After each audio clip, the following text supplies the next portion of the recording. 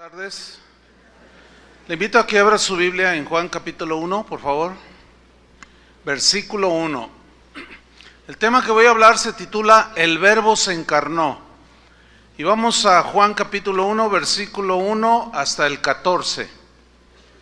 Por favor, ahí me sigue, voy a ir leyendo y usted me sigue.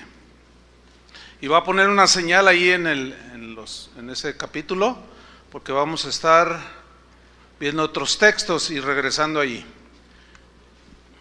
Dice así: en el principio era el Verbo, y el Verbo era con Dios, y el Verbo era Dios.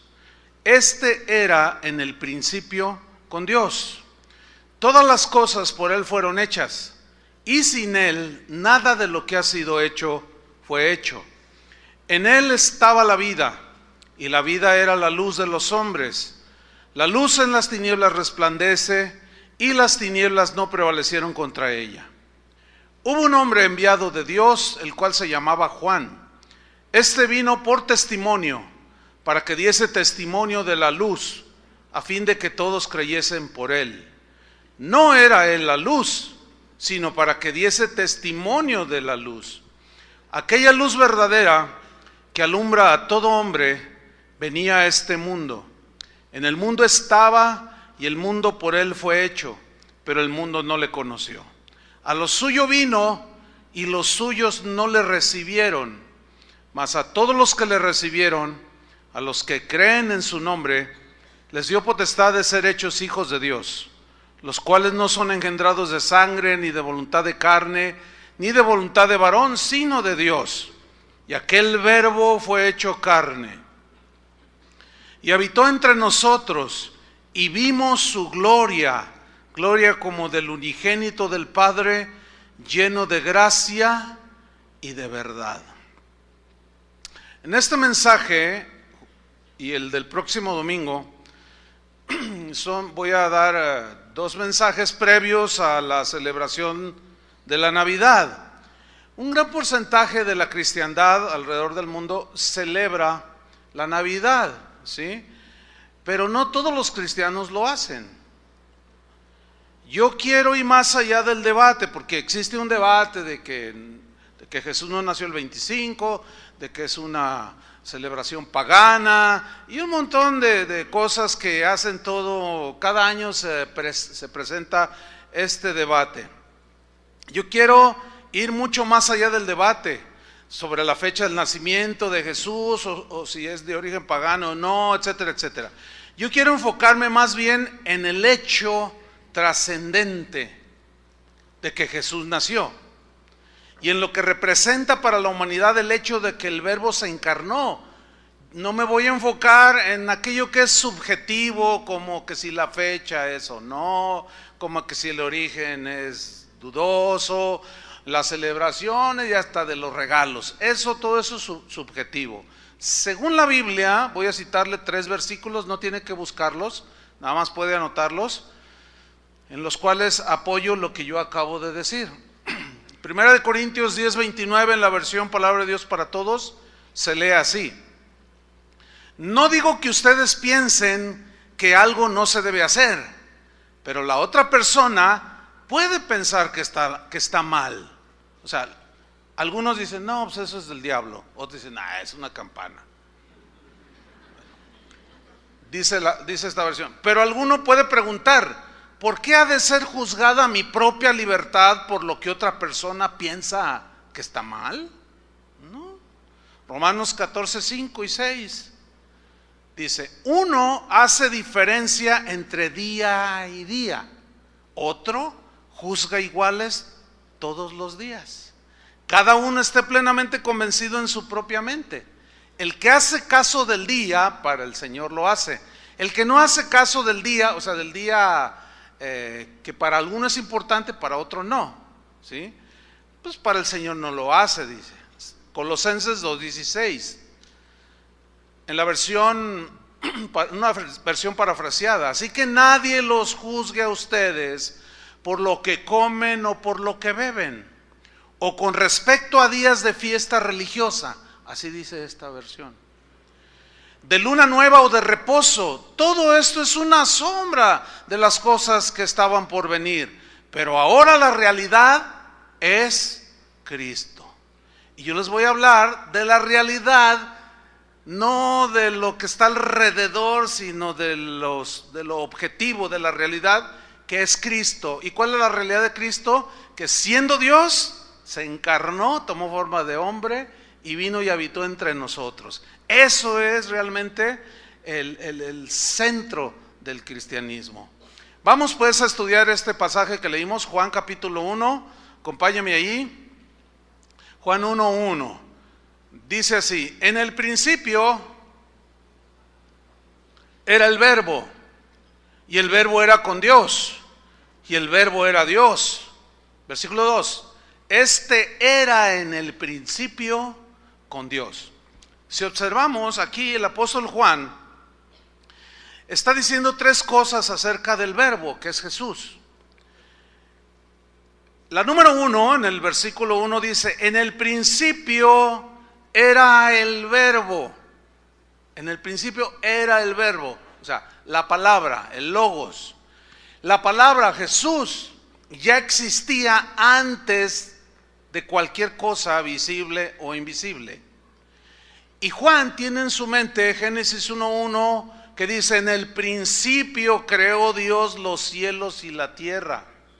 Es decir, que la palabra, que es Jesús, el verbo encarnado, no es una cosa creada. Hay algunos grupos, son sectas como los Testigos de Jehová, que dicen que Jesús es un ser creado. Pero la Biblia nos dice totalmente lo contrario. La palabra, el verbo Jesús, ya existía antes de la creación. El verbo, la palabra, no es una parte del mundo que empezó a existir en un tiempo, no. La palabra, o sea Jesús, es parte de la eternidad. Y Él estaba con Dios antes que empezara el tiempo, antes que se formara el universo. El tiempo, hermanos, es un concepto netamente humano. En Dios no existe el tiempo, Él es eterno. Dice la Biblia que para el Señor un día es como 1000 años y 1000 años como un día. Es decir, Él trasciende el tiempo, en Él no hay el tiempo, Él es eterno. ¿Cuánto tiempo dura la eternidad? No tiene duración, es eternidad. Es decir, que la palabra Jesús, que la palabra que es Jesús, no es una de las cosas creadas que vemos. La palabra ya existía cuando empezó la creación. El Padre y el Hijo han existido siempre. Ellos son sin principio y sin fin. Ellos son eternos. Entonces Juan dice que en el principio era el verbo. Pero luego sigue diciendo en el versículo 1: y el verbo era con Dios. Y aquí era significa en el griego estaba. O sea, Cristo, la palabra, estaba con Dios. En el principio era el verbo, allí siempre ha estado. Y luego añade Juan: y estaba con Dios. Es decir, que siempre, hasta donde nos alcanza a entender esta palabra, siempre ha habido una estrecha relación, una conexión inquebrantable entre el verbo Jesús y Dios el Padre. Esto quiere decir que nadie, absolutamente nadie, nos puede decir cómo es Dios. Nadie nos puede enseñar cuál es la voluntad de Dios. Nadie nos puede enseñar el amor de Dios. Nadie nos puede mostrar el corazón de Dios, excepto solo uno: Jesús. O sea, Dios mismo. Él siempre estuvo con Dios el Padre. Y en tercer lugar, dice: y el verbo era Dios. ¿Cuál es el orden? En el principio era el verbo, número 1. Número 2, y el verbo era con Dios. Y en tercer lugar, y el verbo era Dios. La palabra Jesús era Dios. No que dejó de serlo, sino que habla de que siempre ha sido, era y hasta el día de hoy. Jesucristo es el mismo de ayer, de hoy y por los siglos de los siglos. No tiene principio ni fin. Ahora bien, donde dice aquí el verbo era Dios, la palabra Dios en el griego es la palabra theos, ¿sí? Que se traduce por Dios. Esto significa que Jesús era con los mismos atributos que el Padre tenía. Esto de que el verbo era Dios habla de que el mismo carácter del Padre es el mismo carácter que tiene Jesús. Son las mismas cualidades que tiene tanto el Padre como el Hijo. Es la misma esencia, y como dice el credo antiguo, Dios de luz, Dios verdadero de Dios verdadero, engendrado, no creado. Engendrado cuando en la Virgen, pero no creado, siempre ha existido. Cuando Juan dijo que la palabra o Jesús era Dios, no estaba diciendo que Jesús es el mismo que Dios, no, sino que Jesús es igual a Dios. Esto lo dice Pablo a los Filipenses. No consideró el ser igual a Dios como cosa que aferrarse, sino que se despojó. Vemos pues aquí el Cristo divino, el Jesús divino, 100% Dios, pero también el Jesús humano, el 100% humano. Ese es el equilibrio en cuanto a lo que revela la Biblia respecto del verbo de Jesús. 100% Dios, 100% hombre, como nosotros, humano. Cuando se sobreenfatiza la humanidad de Jesús, la divinidad de Jesús, y se hace a un lado la humanidad de Jesús, se le despoja de su humanidad y se nos presenta a un Cristo muy lejano. Cuando se sobreenfatiza la humanidad de Jesús y se deja de mencionar que también es Dios, se hace un Cristo al nivel de los hombres. No, tenemos que entender los dos conceptos. El Padre y el Hijo estaba íntimamente compenetrado el uno con el otro. Ambos piensan lo mismo, sienten lo mismo, de tal manera que si se conoce al Hijo, se conoce al Padre. Si se conoce al Padre, se conoce al Hijo. Jesús está tan íntima y totalmente identificado con Dios el Padre, en sus pensamientos, en su corazón, en sus sentimientos, en su carácter. Y conociendo a Jesús, conocemos perfectamente al Padre. Él lo dijo. Pongan una señal ahí en Juan y vamos a capítulo 14 de Juan. Juan 14, versículo 8. Ahí está Jesús con sus discípulos, dialogando con ellos. Y le dice en Juan 14, 8, Felipe le dijo, Señor es el Kyrios, está reconociendo su divinidad. Pero mira lo que le dice, Señor, muéstranos al Padre y nos basta. Jesús le dijo, ¿tanto tiempo hace que estoy con vosotros y no me has conocido, Felipe? El que me ha visto a mí, ha visto al Padre. ¿Cómo pues dices tú, muéstranos al Padre? ¿No crees que yo soy en el Padre y el Padre en mí? Noten que él no dice, yo soy el Padre. Está hablando de otra persona distinta, pero con la misma esencia. Este es el misterio de la Trinidad. Dios Padre, Dios Hijo, Dios Espíritu Santo. No son tres dioses. Son tres personas dentro de la divinidad que son inmutables, incambiables, totalmente en una armonía impresionante. Esto es lo que se ve en toda la Biblia. ¿Sí? Le dice pues en el versículo 10, ¿no crees que yo soy en el Padre y el Padre en mí? Las palabras que yo os hablo, no las hablo por mi propia cuenta. Ahí menciona otra vez la afinidad que tienen, la unidad que poseen entre ellos. Sino que el Padre que mora en mí, Él hace las obras. En este caso yo nada más vine a hacer una misión, a cumplir una misión. Ahora volvamos a Juan capítulo 1, versículo 3. Está hablando del verbo, tómelo en cuenta. Y luego dice el versículo 3, todas las cosas por Él fueron hechas. Pregunta, ¿quién es Él aquí? ¿El Padre o el Hijo? El verbo, muy bien, palomita para todos. Bien, todas las cosas por Él fueron hechas. Aquí está echando por tierra que Él no es un ser creado, que Jesús no es un ser creado, porque un ser creado como tú y como yo no podemos crear algo de la nada. Cuando dice la Biblia en Génesis que creó Dios los cielos y la tierra, la palabra crear es la palabra hebrea vará, y esa palabra significa crear algo de la nada. Ninguno de nosotros tenemos ese atributo de crear algo de la nada. Dios es el único que posee ese atributo. Y dijo Dios, sea la luz, y de la nada salió la luz. Y dijo Dios, produzca el mar seres vivos, y de la nada aparecieron, de la nada.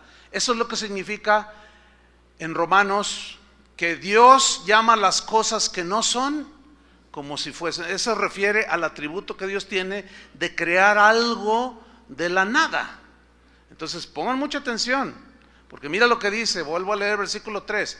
Todas las cosas por Él fueron hechas. O sea, Jesús mismo, creador, creó todo junto con el Padre, de la nada, creó todo lo que vemos. Y luego dice, y sin Él, sin Jesús, el Verbo, nada de lo que ha sido hecho fue hecho o existiera. Nada de lo que hoy ves que existe, existiera sin Él. Hasta el día de hoy los científicos no han sido capaces de explicar por qué el universo, ellos hablan de una fuerza misteriosa que todavía no definen. Por ahí algunos científicos están hablando últimamente, de unos 20 años para acá o tal vez un poquito atrás, de la partícula de Dios. No sé si han leído eso. Ellos descubrieron, le llaman la partícula de Dios. O sea, que esa partícula, y te dan toda una teoría que finalmente es la que provocó la vida, y le llaman la partícula de Dios. Pero todavía ellos no dan respuestas satisfactorias a cómo es que el universo camina en una forma, se mueve y funciona en una forma impresionantemente exacta. ¿Cómo es que, por ejemplo, la Tierra en el universo se ve que está flotando? ¿Quién sostiene la Tierra? Dice la Biblia aquí que sin Él nada de lo que ha sido hecho fue hecho, y dice que en Él subsisten todas las cosas. Ahora, vamos a Colosenses 1:16. Colosenses 1:16. Aquí Pablo, por el Espíritu Santo, está en total armonía con lo que Juan está diciendo acerca del Verbo encarnado de Jesús. Dice Colosenses 1:16, porque en Él, ¿quién es Él aquí? Jesús. Si vemos el contexto, Pablo está hablando del Verbo otra vez, de Jesús. Porque en Él, o como dice otra versión, porque por Él fueron creadas todas las cosas, las que hay en los cielos, entiéndase toda la constelación, todo el universo, todas las galaxias, y las que hay en la tierra, todo lo que ves, visibles e invisibles, sean tronos, dominios, sean principados, sean potestades, todo fue creado por medio de Él y para Él. Y Él es antes de todas las cosas. Aquí está otra vez. ¿Él es qué? Antes de todas las cosas. Y todas las cosas en Él subsisten, se sostienen, funcionan. Ahora, si el Señor tiene total dominio, el Jesús, estamos hablando de Jesús, tiene el total dominio del funcionamiento, tiene el total, todo ahí en su computadora o lo que tenga, por mencionar algo, unas expresiones para entenderlas, ¿no? Por eso es Dios. ¿Cómo Él tiene total y control, dominio de lo que Él creó? Que funciona el universo como un reloj, una maquinita de un reloj suizo, impresionante. Dice la Biblia que Él conoce cuántos cabellos tenemos. Dice la Biblia que no cae a tierra un pajarillo sin que Él se le pase. Ay, Gabriel, se nos cayó un pajarito.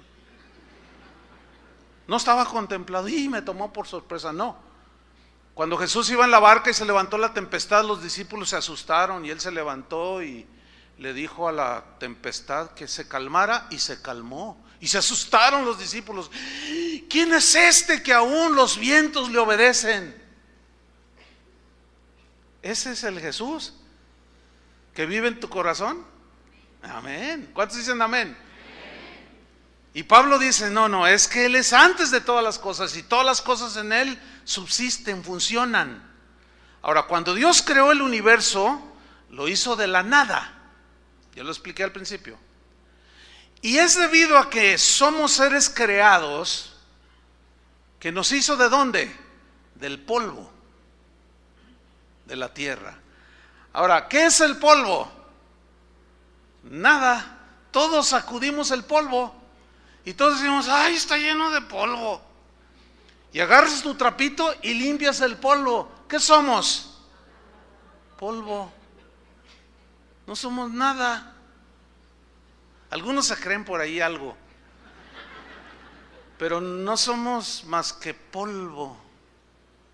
Bueno, si tú y yo entendemos que Él es el creador y nosotros somos seres creados, que solo somos polvo, no hay razón alguna para que alguno de nosotros se sienta orgulloso de algo, de lo que ha logrado, de la gran preparación académica que has logrado, o de los grandes negocios que has hecho, o de la inteligencia que tienes, o de todos tus planes maravillosos y los llevas a cabo y te salen. No, porque somos polvo. Nunca debemos olvidar que existimos solo porque Dios nos hizo. ¿De dónde nos hizo? De la nada. ¿Qué somos? Nada. Jesús dijo, separados de mí, nada podéis hacer. Se refiere, nada podéis hacer, se refiere en cuanto a nuestra salvación. En cuanto a nuestra salvación, no podemos hacer nada, podemos hacer muchas cosas. Tú mismo con tus manos puedes construir una casa. Esto fue hecho por manos de hombres. Pero cuando dice separados de mí, se refiere a nada que trascienda a la eternidad puedes hacer sin mí. Pero en el caso de nosotros, ¿cuántos son cristianos? ¿Cuántos están en Cristo? Ok, en el caso de nosotros ahora, seguimos siendo polvo, pero para Dios ahora somos sus hijos. Los que no son sus hijos, esos se hacen polvo y desaparecen, pero luego viene el juicio final. Pero en el caso de nosotros, como sus hijos, ahora somos algo especial para Dios.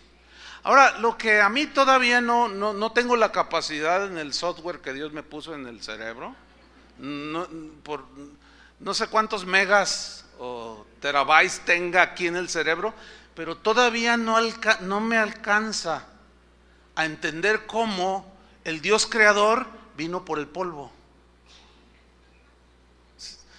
No, por más que, pero ¿cómo?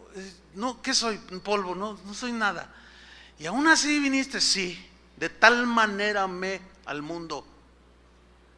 Eso no, de verdad que me quedo a veces pensando y digo, y a veces se rueda una lágrima, o dos, o muchas, pero rebasa totalmente cualquier capacidad que los seres humanos tenemos. Sin embargo, seguimos siendo polvo y Dios amó lo que no vale nada, pero ahora tenemos un valor en Cristo. Por eso dice, volviendo a Juan 1:4, vayan a Juan de nuevo, capítulo 1, versículo 4, dice así: en Él estaba la vida, y la vida era la luz de los hombres. Aquí Juan comienza su evangelio hablando de que el verbo es la vida, que en Él estaba la vida. Y el mismo evangelio, en el capítulo 20, versículo 31, Juan termina diciendo que Jesús es la vida. Dice, para que creáis que Jesús es el Cristo, el Hijo de Dios, y para que creyendo tengáis vida en su nombre. Ahora, la palabra vida aquí viene del griego zoe, y zoe significa la misma clase de vida que Dios tiene, o la vida de Dios. Zoe habla de la vida que Dios tiene. Pregunta, ¿Cómo es la vida que Dios tiene? La vida que Él tiene, Jesús, es indestructible, ¿sí o no? Es inacabable, es eterna. Bueno, esa es la vida que Él vino a darnos a nosotros. Dice en Juan 5:39 que Él es el dador de la vida, pero hubo ocasiones en que al venir Él fue rechazado, y sin duda que su corazón se dolía. ¿Por qué? Porque el Señor no quiere que ninguno perezca, sino que todos procedan al arrepentimiento, que todos crean el mensaje. Eso Él quiere, que todos crean, y al creer viene el arrepentimiento, y es cuando viene tu salvación. Desgraciadamente no todos creen el mensaje. Leamos Juan 5:39. Aquí había una discusión de Jesús con los fariseos. Eran los encargados de desmenuzar la palabra de Dios, de trazar la ley, de explicársela al pueblo para que la gente la entendiera. Ellos eran los encargados, junto con los escribas, los estudiosos de las escrituras, eran los encargados de hablarles del Mesías que había de venir para salvarlos, pero ellos torcieron el concepto del Mesías. Ellos les empezaron a hablar de un Mesías poderoso, como sentado en un caballo blanco como Napoleón, que venía o que iba a venir para liberarlos de la esclavitud o del yugo de Roma. Pero eso no era lo que la Biblia enseñaba. Él vendría un libertador, vendría un salvador, pero para librarnos del yugo del pecado. ¿Se acuerdan cuando el ángel le dijo a María: de tu vientre nacerá el Salvador, porque Él libertará al pueblo de sus pecados? Pero los fariseos, los escribas, no enseñaron de ese Mesías. Y está el debate allí, y dice en Juan 5:39, les dice: escudriñad las escrituras. Es como diciéndoles: bueno, estudien, lean las escrituras, porque a vosotros, les dice Jesús, a vosotros parece que en ellas tenéis la vida eterna, y ellas, las escrituras, son las que dan testimonio de mí. Fíjate el versículo 40, y no queréis venir a mí para que tengáis la vida que yo tengo. No queréis venir a mí para que tengáis vida. Yo quiero enfatizar aquí la primera frase: y no queréis venir. El querer está en la voluntad del hombre. O sea, tú quisiste y viniste hoy a la reunión. Hubo quien dijo: no quiero ir, y se quedó en casa y están oyendo por internet ahí en su camita. Mándenles un saludo a todos los que están. Díganles: ahí está la cámara. Todos volteando a la cámara. Hola a los que se quedaron allá en la casa. Ahí con tu chocolatito bien calientito ahí. No queréis. O sea, no todos quieren la vida de Dios.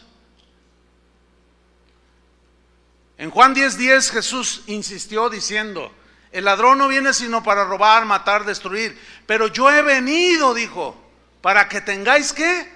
Vida, Zoé. Yo he venido para que tengáis vida y para que la tengan en abundancia. En otra ocasión Jesús se proclamó, Juan 14:6, como el camino, la verdad y la vida. Y Juan dice: en Él estaba la vida, y la vida era la luz de los hombres. La vida es lo contrario a la muerte. La vida es lo contrario a la condenación, a la destrucción. Dios envió a su Hijo para que todo aquel que en Él cree no se pierda, mas tenga vida eterna. Todo aquel significa indistintamente todo aquel que oye el mensaje, si lo cree, tendrá vida eterna. Para que todo aquel que en Él cree no se pierda. Esa es la pérdida más grande que puedas tener, la perdición eterna. Porque al oír el mensaje y rechazarlo, tú solo te estás yendo al infierno. Dios no manda a nadie, como a veces dicen por ahí: no, pues Dios no manda a nadie, no, al infierno no. El infierno fue creado para el diablo y sus ángeles. No fue creado para nosotros. Pero Dios envió a su Hijo a morir en una cruz por nuestros pecados. Pero no todos creen. Entonces, el no creer y rechazar lo que Jesús hizo en la cruz, no hay otro mensaje que los pueda salvar. Es hasta que aceptamos a Jesús como nuestro Salvador cuando empezamos a vivir verdaderamente la vida. Jesús es la única persona que puede hacer que valga la pena vivir. ¿Cuántos dicen amén? Como dice el himno antiguo, con Él la vida vale la pena vivir. Y en Jesús la muerte, los que estamos en Cristo, para nosotros la muerte no es más que la antesala de una vida plena y total, que es la vida eterna. Mire, reflexionando en esto, me puse a pensar algo, porque hace unos días estaba ahí en mi casa mirando unos papeles y salió una fotografía donde yo aparezco con mis amigos, que eran algunos desde la secundaria, la prepa, etcétera.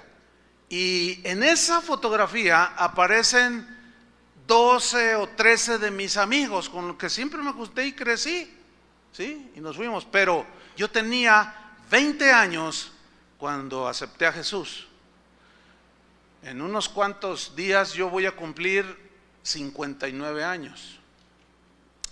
Ahora, cuando yo les prediqué a ellos, cuando me convertí, yo les hablé de Jesús y ellos me dijeron: no, ¿qué es eso?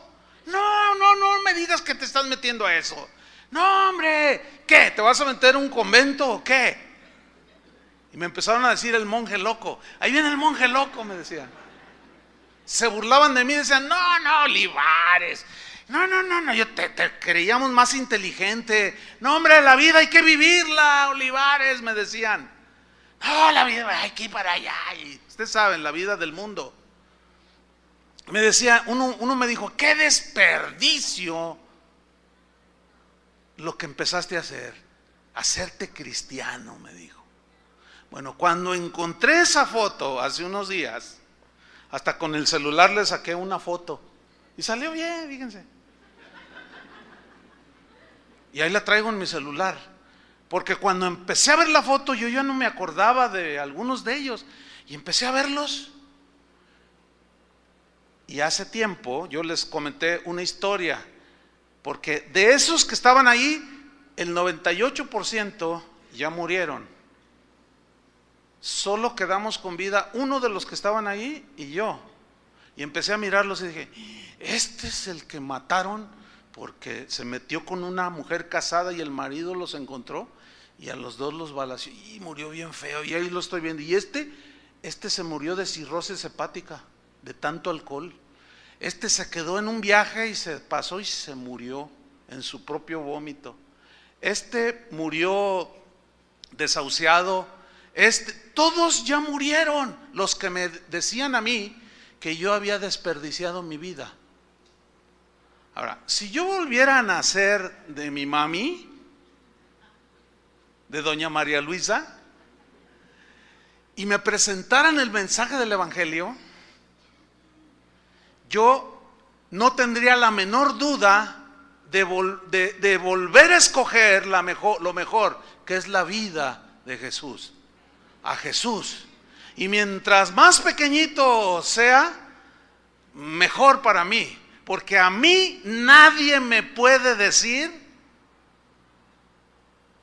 que los 39 años que he vivido con Jesús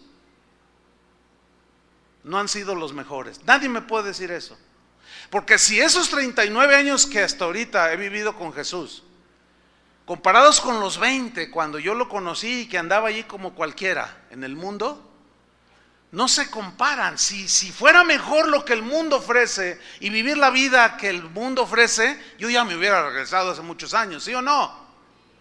Ya casi estoy para doblar, casi 40 años. ¿Qué quiero ilustrar con esto? De que cuando tienes a Jesús en tu vida, que tienes la vida eterna, es cuando realmente empezamos a vivir la plenitud de la vida. ¿Cuántos tienen a Jesús en su corazón? Lo demás es basura. Nadie puede discutir, al menos conmigo, ese punto. ¿Por qué? Porque ¿dónde están todos esos? Y el que queda vivo lo abandonó la esposa porque la engañó. Yo tengo mi esposa, tengo mis hijos, tengo paz, tengo armonía, respiro paz, armonía en mi hogar, en mi familia, con mis amigos. ¿Sí? Me acuesto con la conciencia limpia, despierto con la conciencia tranquila. Y si en el trayecto del día cometo algún error, abogado tenemos para con el Padre. Y si confesamos nuestros pecados, Él es fiel y justo, y vuelve tu conciencia a estar en armonía con Dios. Tu corazón vuelve a tener paz. Oigan, ¿qué más quieren? No, yo me doy por bien servido, no sé ustedes. Así tenga pollo o frijoles en Navidad para cenar, eso es intrascendente. Tenemos lo mejor, que es la vida eterna, que es a Jesús. Volvamos a Juan 1:5. Dice así: la luz, que dice el versículo 4 que en Él estaba la vida y la vida era la luz de los hombres. Dice el 5: la luz en las tinieblas resplandece, y las tinieblas no prevalecieron contra ella. Es obvio, nosotros podemos entenderlo perfectamente, que la oscuridad es contraria a la luz y viceversa. La oscuridad no brilla en medio de la luz, no, la luz brilla en medio de la oscuridad. Pero fíjense que el hombre por naturaleza, como está en oscuridad entiéndase en el pecado, ¿sí? Es una metáfora ahí. El hombre pecador, por naturaleza, porque así nacemos en pecado, nuestro medio ambiente es la oscuridad, el pecado, entiéndase. Y por naturaleza rechazamos la luz. ¿Por qué? Porque la luz descubre las cosas escondidas que hay en el corazón. Es como el ejemplo que he puesto en otras ocasiones. Cuando usted llega a su cocina y prende la luz, ¿quién sale corriendo? Las cucarachas, dijeron todos. Algunos dijeron nosotros. Bueno, ya, cada quien, ¿no? ¿Por qué las cucarachas, los ratones? Mira, aquí cuando está todo esto apagado, aquí abajo a veces viven ratones. Y cuando se apaga todo, como ahí está mi oficina, y a veces está todo esto apagado, y oigo como... Les prendo una luz, corren. Ellos rechazan la luz. Así es su naturaleza. ¿Sí? Bueno, por naturaleza nosotros somos como ellos. Cuando se nos prende la luz del Evangelio, salimos destapados. Salemos, dijo. Bueno, es que como ya van todo este mes que he andado visitando ranchos, bueno, pues algo se me pegó, oiga. Y salimos disparados. Mire, por naturaleza, cuando se nos presentó el Evangelio, ¿cuál fue nuestra reacción por naturaleza? No, yo no quiero nada con eso. No, yo soy bueno. ¿Por qué dices que soy pecador? Mira, no tomo, no fumo. Ay, mira, ¿has echado alguna vez una mentira? Claro. ¿Cómo se le llama a alguien que ha echado mentira? Mentiroso. Entonces sí has pecado. No, lo que pasa es que a mí no me vas a cambiar de religión. Y hay un rechazo. No, yo que no sé, que yo soy bueno. Ahora que andaba en unos ranchos de estos, ahí por Tepa, el viernes pasado precisamente, íbamos en la carretera y vimos así hacia abajo, en un valle, una construcción bien bonita en medio del cerro allí. Y yo le dije a un hermano de ahí, le dije, oye hermano, ¿qué es eso? Y dice, mira, ese es un templo, ese y otro que vamos a ver más adelante. Es un templo, son templos que ha construido uno de los hombres más ricos de aquí de la zona de Tepatitlán y de Arandas, todo eso. Dice, y ese señor es mi patrón. Mira, todo eso que alcances a ver, Él es el dueño de todo esto. Qué tremendo. Y lo dice, le dije, oye, ¿le has compartido? Y me dice, sí le he compartido, porque Él dice, se jacta y dice, mira, ¿ves ese templo? Yo lo hice. Yo creo que sin duda cuando me muera me voy a salvar. Me voy a ir derechito al cielo, ve todo lo que he hecho. Y que Él le dice, no, pero no es por obras. Y le empieza a predicar el evangelio, y la cucaracha, por más rica que sea,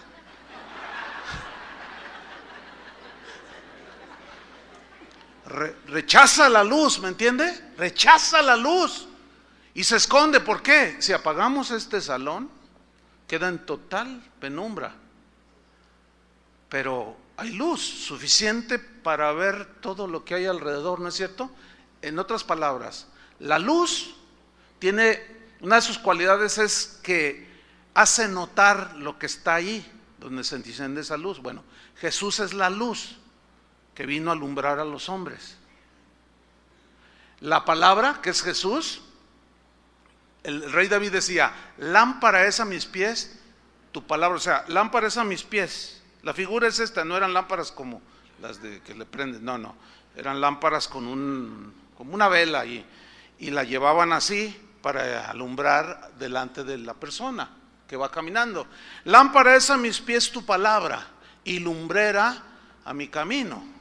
Entonces, la palabra de Dios tiene esa cualidad que cuando es predicada es como si le prendieras una lámpara de 10,000 watts a la persona. Se la prendes y se da cuenta de todo, y por naturaleza se rechaza la luz. ¿Sí? La luz, dice Juan 1:5, la luz en las tinieblas resplandece, y las tinieblas no prevalecieron contra ella.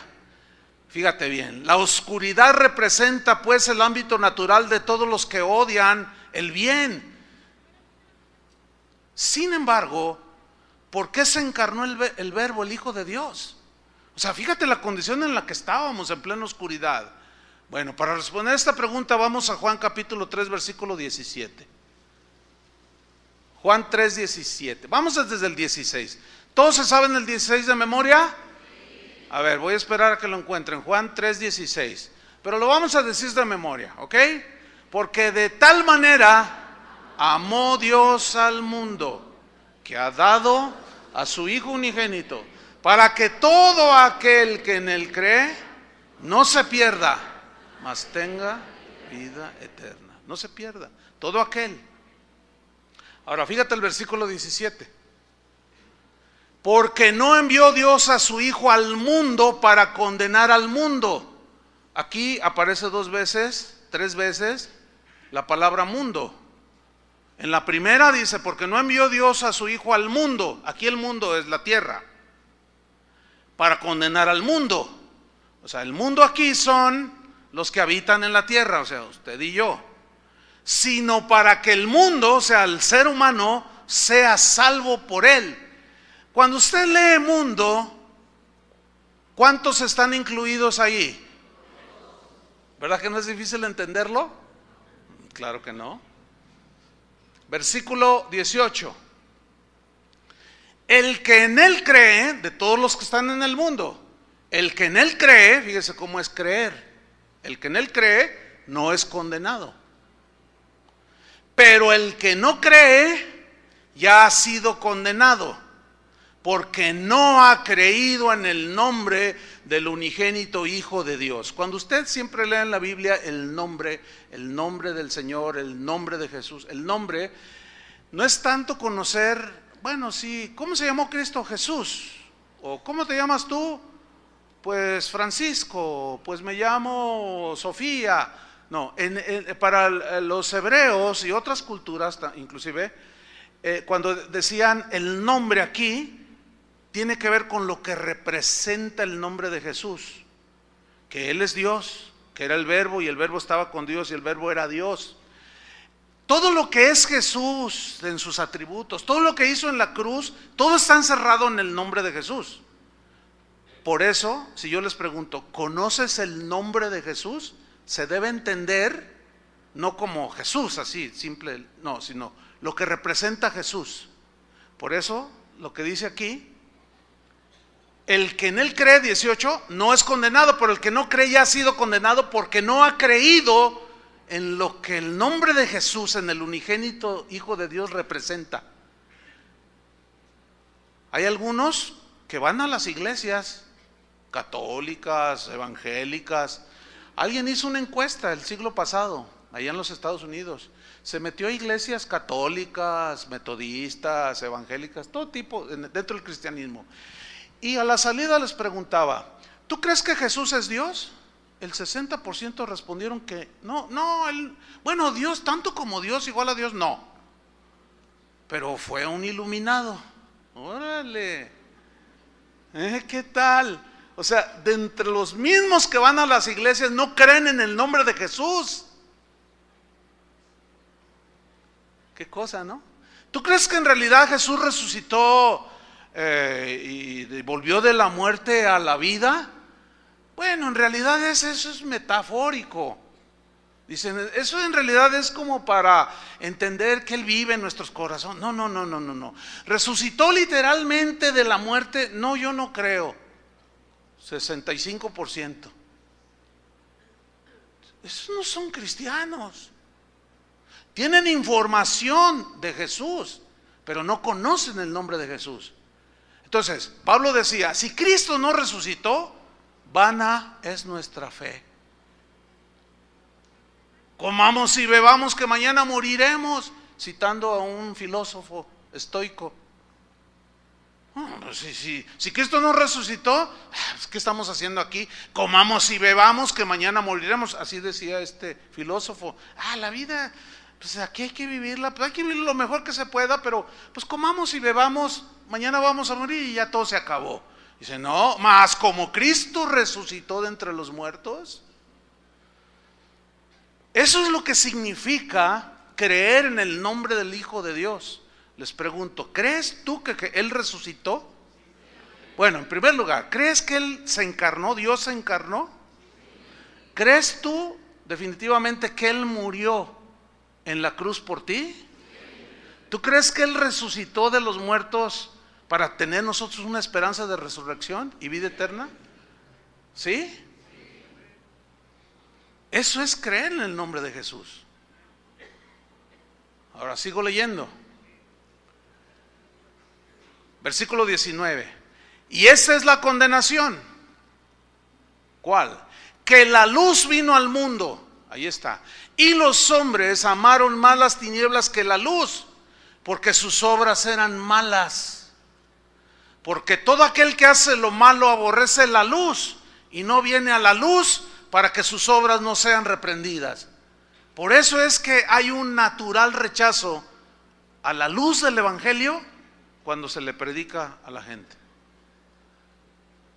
Hay un natural rechazo. ¿Por qué? Porque el evangelio nos descubre como es luz, nos descubre tal y como somos.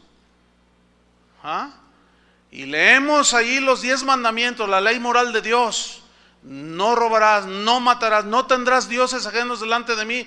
Y te das cuenta que los traes colgados aquí, los traes metidos acá, los tienes en el nichito ahí en tu casa. Tienes ídolos por todos lados, mientes, robas, adulteras, o sea, de todo. Y dices, no, yo no soy ese. No. Entonces hay un rechazo. Y esa es la condenación, que la luz vino al mundo y los hombres rechazaron. Entonces el mundo rechaza a Cristo, que es la luz, pero jamás podrá extinguir esa luz, porque la luz, dijo Juan, en las tinieblas resplandece, y las tinieblas no prevalecieron contra ella. Ciertamente, en la historia del cristianismo, que ya va para 2000 años de cuando Jesús apareció en la tierra, a la fecha ha existido la iglesia.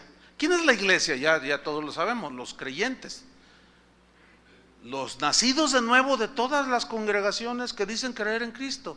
Esa es la verdadera iglesia.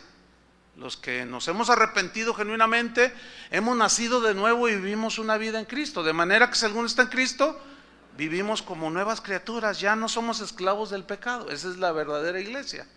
Esa es la iglesia por la que el Señor va a venir. Pero ha habido épocas en la historia en el que parece como que la luz se apagó. Y la edad más oscura fue la del siglo XVI. En un oscurantismo increíble en que había entrado la iglesia. La Biblia era un libro cerrado. Los clérigos, los dedicados a enseñarle a la gente la palabra de Dios, hundidos en la inmoralidad, en el fraude, en la mentira, en la injusticia, pero la luz nunca se extinguió. Siempre hubo hombres y mujeres que tenían a Cristo en su corazón.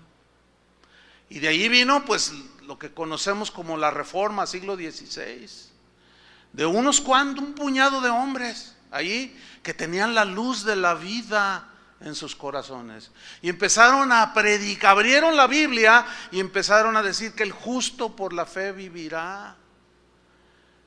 Nunca se ha extinguido. Jesús lo había prometido: las puertas del infierno no prevalecerán contra la iglesia.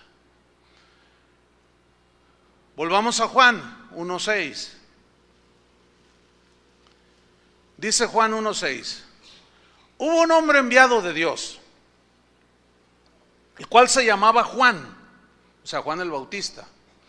Este vino por testimonio, para que diese testimonio de la luz, a fin de que todos creyesen por él. ¿Cuántos creyesen? Todos. Ese es el propósito, ese es el propósito de Dios, era el propósito de Juan.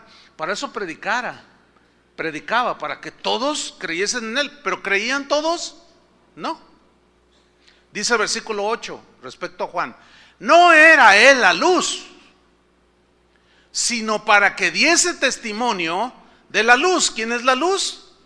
Jesús. ¿Qué debía hacer Juan el Bautista? Hablar de la luz, o sea, es decir, hablar de Jesús.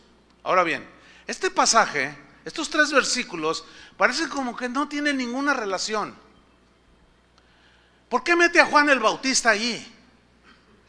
¿Por qué inserta Juan el apóstol este pasaje, esos 3 versículos? ¿Por qué? ¿Saben por qué?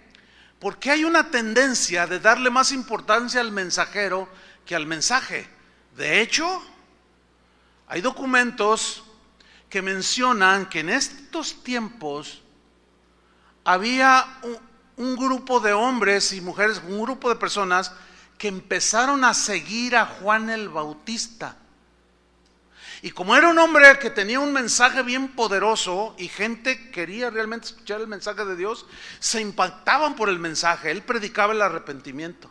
Él decía: yo soy una voz que clama en el desierto, voy a preparar el camino del Señor. Arrepentíos, decía, arrepiéntanse porque el reino de los cielos se está acercando. Entonces la gente venía al río Jordán y él los bautizaba. Y en una ocasión se metieron en la fila los fariseos. Les dijo: hey, ¿ustedes qué? Órale, para afuera. No, nosotros nos queremos bautizar. No, sálganse de la fila, largo de aquí, víboras, les dijo.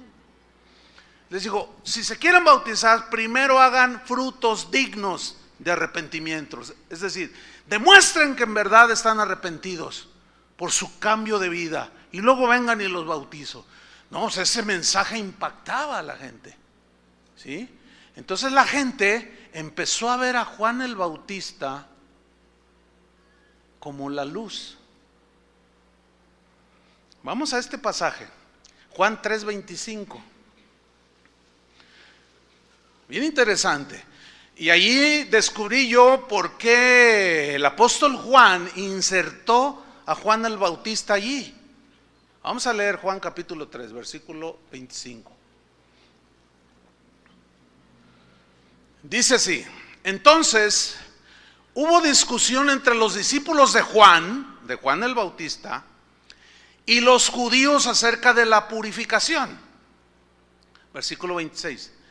Y vinieron a Juan, o sea, los discípulos de Juan, y le dijeron: Rabí, o sea, maestro, mira que el que estaba contigo al otro lado del Jordán. ¿Quién es ese que estuvo con él al otro lado del Jordán? Jesús. ¿Se acuerdan cuando él estaba bautizando y de pronto aparece Jesús y dice: hey, he aquí el Cordero de Dios que quita el pecado del mundo. A él oíd, dice. Y lo bautizó. Y vino una voz del cielo, del Padre, que dijo: este es mi Hijo amado, en quien tengo toda mi complacencia. A él oíd. Y Juan el Bautista estaba allí. Pero fíjese lo que hicieron sus seguidores, Mira, que el que estaba contigo al otro lado del Jordán, de quien tú diste testimonio, bautiza. Pero esto era como: oye Juan, ¿qué onda? Si tú eras antes que él, ya te está quitando el rating. Ya el otro, aquel Jesús, bueno, sí, está agarrando popularidad. No debes de permitirlo, Juan. Fíjate, ese bautiza. Dice, y todos vienen a él, como que empezaron a tener celos. Y nosotros somos de Juan el Bautista, nosotros nos hemos arrepentido. Pero allá anda Jesús y todos se van detrás de él. Oye Juan, ¿qué está pasando? Fíjate el versículo 27, respondiendo Juan, dijo: no puede el hombre recibir nada si no le fuere dado del cielo. O sea, se refiere a su llamamiento. A mí Dios me llamó para ser una voz que clama en el desierto, y prediqué el arrepentimiento. Pero también en esa ocasión del bautismo de Jesús antes dijo: detrás de mí viene uno que no soy digno de desatar la correa de sus pies, de sus sandalias. Dice, a él oíd. Él era antes que yo. Entonces sus discípulos aquí le dicen: este está bautizando y todos se van detrás de él. Dice el versículo 28, vosotros mismos me sois testigos de que dije: yo no soy el Cristo. ¿Por qué está diciendo Juan eso? Porque sus discípulos llegaron a creer que Juan era algo muy parecido al Mesías. En otras palabras, sus mismos discípulos lo estaban poniendo en un peldaño que el mismo Juan rechazó. Yo mismo les he dicho: yo no soy el Cristo, sino que soy enviado delante de él. El que tiene la esposa es el esposo, mas el amigo del esposo que está a su lado y le oye se goza grandemente de la voz del esposo. Así pues, mi gozo está cumplido. Yo ya hice mi tarea. Dice versículo 30, es necesario que él, ¿qué? Crezca, pero que yo mengüe. El que de arriba viene es sobre todos, o sea, Jesús, y el que es de la tierra como yo es terrenal, y cosas terrenales habla. El que viene del cielo es sobre todos. ¿Sabes? Esta es una gran lección. Allí yo pude descubrir un principio bien tremendo. Cuando un hombre de Dios, una mujer de Dios, alguien que sirve al Señor, Dios lo usa. Nuestra responsabilidad es guiarlos hacia el Señor. ¿Están de acuerdo conmigo? Pero a veces los que son enseñados, como los discípulos de Juan, empiezan a poner en un peldaño al que les está enseñando. Bueno, tomando las palabras del Bautista, yo les voy a decir esto: ustedes mismos son testigos de que yo rechazo toda idolatría. ¿Son testigos, sí o no? Sí. Yo les he dicho un montón de veces. Mi hermano Carlos el otro día, el jueves, dijo algo muy acertado entre todo lo que dijo, predicó muy bien. Dijo que nosotros no debemos de darle gloria a nadie, que nosotros no debemos de aceptar ningún reconocimiento más allá, que el mérito ¿de quién es? Del Señor. Y mi hermano decía: cuando le hables a la gente, no le hables de casa de oración. No le digas: mira, casa de oración no salva ni las ratas que están aquí abajo.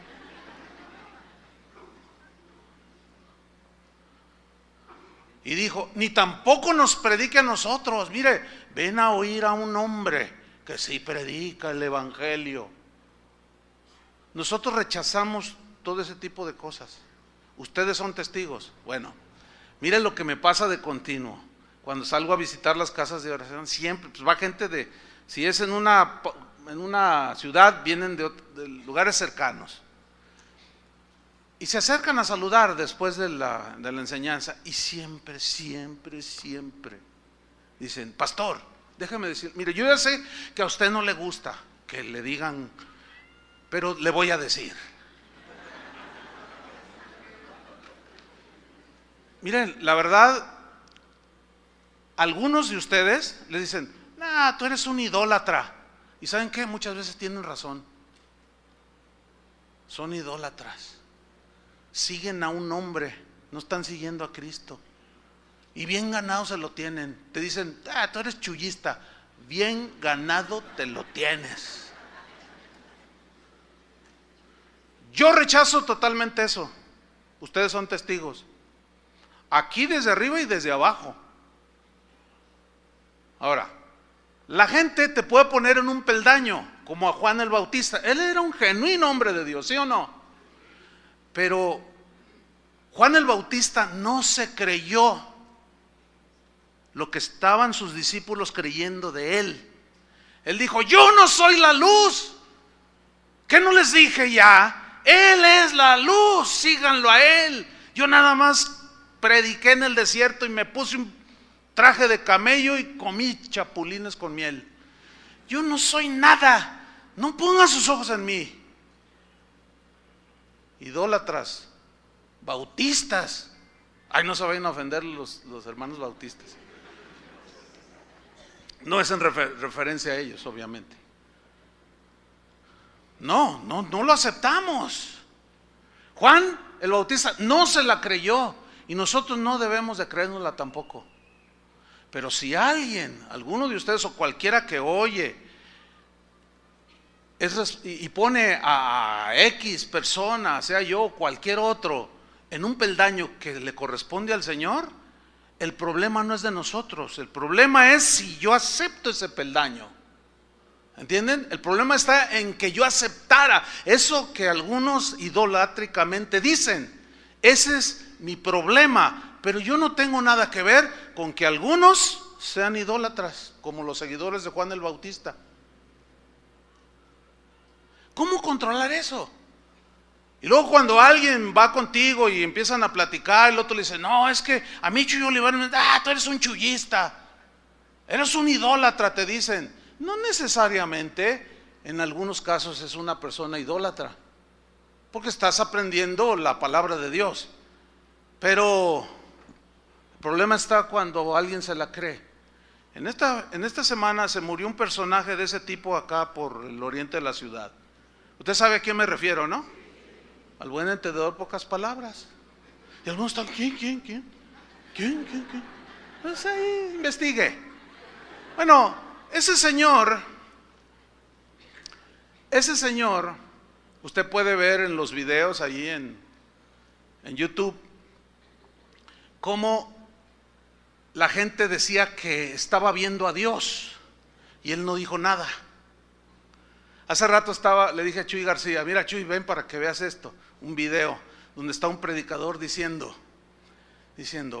Isaías 6:9, y llamará su nombre consejero, porque un niño nos es dado, y llamará su nombre consejero, Dios fuerte, príncipe de paz. Dice: ¿saben a quién se está refiriendo la misma escritura? A nuestro apóstol, dice. Y le hace Chuy, estaba comiendo tacos y casi se atraganta. ¿Qué dijo? Ni siquiera te la regreso para que la vuelvas a oír, ¿verdad que casi te atragantas? Dice: no puede ser. O sea, él no dijo nada. El lambiscón ese estaba diciendo: tenemos a Dios entre nosotros. Bueno, ya se les murió su Dios. No estoy haciendo mofa ni burlándome de su dolor. No confunda. Estoy poniendo las cosas en su lugar. Siga confiando en el hombre, los hombres nos morimos. Ese se llegó a creer Dios y se murió. A los dioses no les da cáncer. Y ahí está. Y ahora ya no saben de qué agarrarse. Eso es la razón por la que Juan, el apóstol, insertó allí en su evangelio hubo un hombre, Juan, que bautizó. Él no era la luz. Él nada más vino para dar testimonio de la luz, pero él no era la luz. Y más adelante Juan, sí, yo no soy la luz. Yo mismo les dije, ustedes son testigos. Volvamos a Juan 1:9 para terminar. Dice, y aquella luz verdadera que alumbra a todo hombre, ¿a cuántos alumbra? A todos. Venía a este mundo. En el mundo estaba y el mundo por él fue hecho, pero el mundo no le conoció.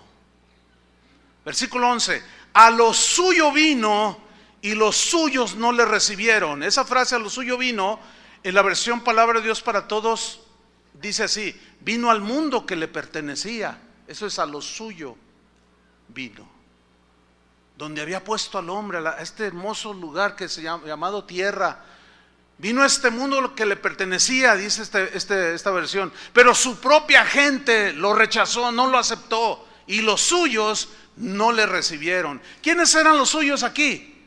Israel, su pueblo elegido. A ver, ¿qué Dios no lo había elegido? Lo eligió. ¿Y por qué? Si habían sido elegidos, algunos no creyeron. No creyeron, no todos creyeron. Su pueblo elegido lo rechazó. Su especial tesoro lo rechazó. Su nación santa lo rechazó. Pero luego viene el versículo 12, más a todos los que le recibieron, o a cuantos le recibieron, a los que creen, ¿en qué dice? En su nombre. O sea, todo lo que el nombre de Jesús significa. Todo.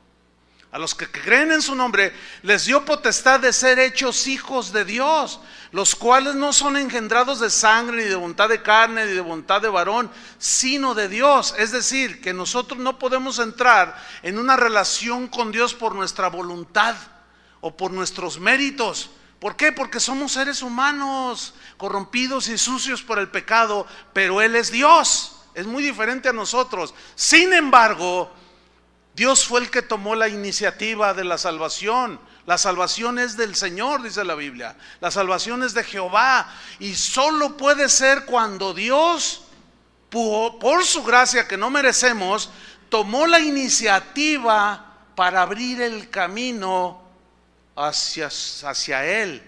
¿Se acuerdan cuando Jesús estaba en la cruz? Que dijo, consumado es. Y dice la Biblia que el velo del templo se rasgó. ¿Se acuerdan de ese pasaje? ¿Qué significa eso? Mire, el velo se refiere a una cortina que separaba el lugar santísimo del lugar santo, como si aquí fuera. En el lugar santísimo estaba el arca de la alianza, que representaba la presencia de Dios, y nadie podía entrar allí excepto el sacerdote, una vez al año. Por eso dice la Biblia que tenemos un sumo sacerdote, que no tenemos un sumo sacerdote que no pueda compadecerse de nuestras debilidades. Porque ese mismo sacerdote hacía expiación por sus propios pecados y los del pueblo. Pero ahora tenemos un sacerdote sin pecado, a Jesús. Entonces, eso separaba, ese velo simbolizaba a Cristo. Por eso dice que cuando Jesús dijo, consumado es, dice que el velo del templo se rasgó, pero dice, de arriba hacia abajo, así. Ahora, ¿por qué? ¿Qué significa de arriba hacia abajo? Que la salvación, ¿de quién vino? La iniciativa vino de Dios. Nadie por sus propios méritos ni voluntad puede alcanzar la salvación. Pero ¿qué hizo el Señor por su sacrificio? Rompió el velo y dejó al descubierto lo que había detrás de Él. ¿Qué? El camino nuevo y vivo que Él nos abrió a través del velo. Acerquémonos pues confiadamente al trono de la gracia para encontrar misericordia, gracia para el oportuno socorro. Ahora ya todo aquel que creyera se podía acercar a la presencia de Dios, pero por el sacrificio de Cristo. Cualquiera, todo aquel que crea en Él. Y nos dejó abierto el velo. Pero la iniciativa, ¿de quién fue? Del Señor. No fue de nosotros. Porque aunque fuera de nosotros no podíamos. Jesús tuvo que abrirnos el camino al lugar santísimo. La salvación que Dios ofrece es para todo aquel que en Él cree. Es por la fe que nos apropiamos de la salvación. Ahí está, puedes entrar. No quiero. Bueno, ya Jesús hizo todo en la cruz. Se los voy a ilustrar con este ejemplo. Un papá le puede ofrecer a su hijo: mira, hijo, yo te ofrezco cuidado, amor, te voy a sostener en tus estudios, te ofrezco todo esto. Y el hijo puede aceptarlo o rechazarlo, ¿sí o no? Dice: no, pues no lo quiero. Así como el hijo pródigo, ¿verdad? Dijo: no, pues yo quiero irme a donde yo quiera, quiero hacer de mi vida lo que me da mi gana. Y el padre no lo detuvo, se fue, su voluntad se lo llevó.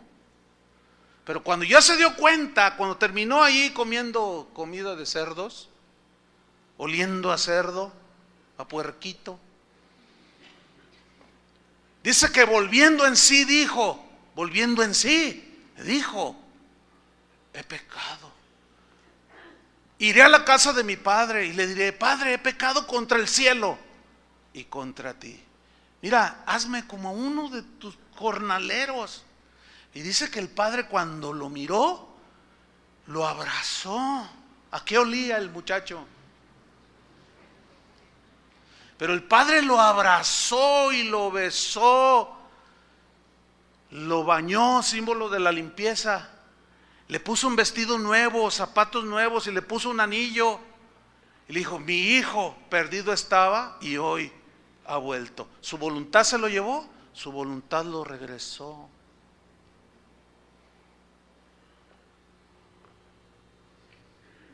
Si tú, ¿cuántos tienen hijos? Tú quieres lo mejor para tus hijos, ¿no? Si tú tuvieras la capacidad de programarlos y a que todo te dijeran sí, y tú me vas a amar porque sí, y me vas a obedecer porque sí, y ¿lo harías? Tendrían unos robots ahí, los que dijeron que sí. O sea, si tú tuvieras el poder de programarlos así para que te obedecieran, para que nunca pecaran, para que siempre hicieran todo bien, y tú no, eso no se llama libertad. Tú tendrías unos esclavos. ¿Sí o no? Uno de los dones que Dios le ha dado, yo sé que en esto hay una discusión dentro del cristianismo, pero yo soy de los que creen con mucha evidencia bíblica que Dios, uno de las bendiciones que Dios le dio al ser humano es la capacidad para decidir, la libertad, como le dijo, la libertad para escoger lo que es bueno y lo que es malo. Como Josué, Moisés se paran enfrente del pueblo y dijo: he aquí, dice el Señor, he puesto delante de ti la vida y la muerte, escoge la vida para que vivas. O como cuando Dios hizo a Adán y a Eva, les dijo: de todo lo que hay aquí en el huerto puedes comer, pero de este árbol no puedes comer, porque si comes te mueres, le dijo. ¿Eso qué tenía que ver? Con su libertad para decidir qué va a comer. Y comían de todo, comían guayaba, se comían una sandía, comían un montón de frutas, y de pronto se pararon ahí. No, dijo Dios que no. Pero, y el diablo vino, pero es que si comes te vas a hacer igual a Dios. Entonces Eva, ¿qué hizo? Fue engañada, sí, pero ella quiso, y allí todavía no había pecado. Ahí se ve que Dios le dio al hombre la capacidad de decidir. Decidió mal, estando en un estado de santidad y de gracia, decidió mal. Ahí se ve, desde antes de nada, que Dios le dio al hombre la capacidad de decidir. Entonces ahí está el camino, ahí está el sacrificio. Pero no queréis venir a mí. ¿Cuántas veces quise juntar la gallina, como la gallina junta sus polluelos? Los quise juntar a usted y no quisisteis, Israel. Y Jesús lloró sobre Jerusalén. Porque Dios no quiere que ninguno perezca, sino que todos procedan al arrepentimiento. Pero no todos quieren. ¿Qué vas a hacer tú? Ahora no está en ti la capacidad de salvación. O sea, cuando tú decides aceptar a Cristo, no estás decidiendo tú salvarte o no, estás aceptando el sacrificio. O sea, yo me voy a salvar. No, por favor, ¿quién dice así? Nadie dice así, ¿verdad que no? Es creer. ¿Se acuerdan cuando Moisés al pueblo le mordían las serpientes y Moisés va con Dios, le dice, Señor, la serpiente, dice, hazte una serpiente atravesada por un asta? Y cuando algún hijo de Israel cualquiera fuere mordido, nada más que miren a la serpiente traspasada, y lo miraban y se sanaban. Y cuando Jesús aparece, les dicen, como Moisés levantó la serpiente en el desierto, así es necesario que el Hijo del Hombre sea levantado, para que todo aquel que en él crea no se pierda, mas tenga la vida eterna. ¿Te mordió la serpiente? A todos nos mordió. El pecado, entiéndase. Y ahí está, es de fe. ¿Qué hace uno que se está muriendo por una mordedura? No puede hacer nada. Y si decide tomar el antídoto, ahí va a decir, yo soy bien sabio porque me tomé el antídoto. ¿Quién se le ocurre decir eso? A nadie. Cuando alguien rescata la vida de otro, hay muchos casos. Los vemos en la televisión, de gente que una vez vi uno que me conmovió porque en un incendio un bombero arriesgó su vida por dos bebés, dos niños pequeños, y los rescató. Él salió con quemaduras, pero los rescató.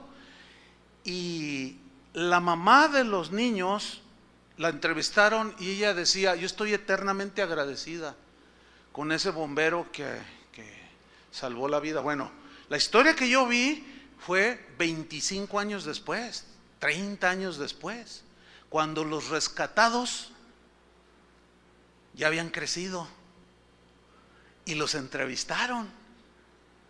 Pasaron la primera entrevista de hace 20 y tantos años y la segunda, cuando ya los salvados habían crecido, y esos ya ahora un hombre y una mujer iban cada año, 2 veces al año, a saludar al bombero que ya estaba viejito, agradecerle lo que había hecho por ellos. ¿Sí? En ningún momento estos que fueron rescatados dijeron, yo me salvé porque yo le agarré la mano, entonces la salvación yo la decidí por mí. Favor. O sea, si estaba en la quemazón, pero vino alguien y te tomó, ¿sí? Te tomó, dame la mano, y te sacó de ahí. Amén. Y termina diciendo, versículo 14, y aquel verbo fue hecho carne. Este es el centro del mensaje de la Biblia. El verbo fue hecho carne y habitó entre nosotros, dice, y vimos su gloria. Gloria como del unigénito del Padre, lleno de gracia y de verdad. Este es el versículo, hermano, más importante de todo el Nuevo Testamento. ¿Por qué? Porque este pasaje proclama de una manera maravillosa la plena humanidad de Jesús y la plena divinidad de Jesús. En Jesús vemos pues a Dios viviendo una vida como un ser humano, y tuvo que hacerlo así para rescatarlo. Y vimos, dice Juan, su gloria. O sea, Juan está diciendo, a mí no me lo contaron, yo fui testigo presencial, yo lo vi, yo comí con él, dormí con él, vi los milagros de él. Yo mismo tuve peces en mis manos, panes en mis manos cuando dijo, denles de comer. Y yo mismo me extendí y mientras daba se multiplicaba. O sea, se sobreentiende eso, ¿no? Yo vi su gloria, dijo. Y fue lleno de gracia. Todo lo que Él nos dio fue inmerecido. No merecíamos absolutamente nada. Y vi su inmensa gracia y lo vi sin distinción alguna, que al mismo Judas, escribió Juan, le dijo, amigo. Jesús nunca discriminó al que lo traicionó. Nunca. ¿Por qué? Porque Él es amor y Él no quiere que ninguno perezca. Y Él no quiere que perezcas. Por eso se encarnó, para salvarnos. Tomó forma humana, ese es el gran misterio. Pero el milagro más maravilloso, hermanos, no es que Dios te sane de un cáncer. Es un milagro. Yo creo en milagros. ¿Ustedes también? No es que Dios te saque adelante tu negocio y digas, ay, qué tremendo, hermano, yo no sé ni cómo, y de pronto llegó el recurso y me sacó. Ay, qué gran milagro. Mira, escúchame, si Dios te sana de una enfermedad incurable, cuando los médicos le dicen a tu familia, mire, ya vaya con los del funeral y arregle todo porque su paciente ya no pasa esta noche, y ahí estás tú, y oramos acá, y Dios te levanta. Es un milagro, ¿verdad? Es un gran milagro.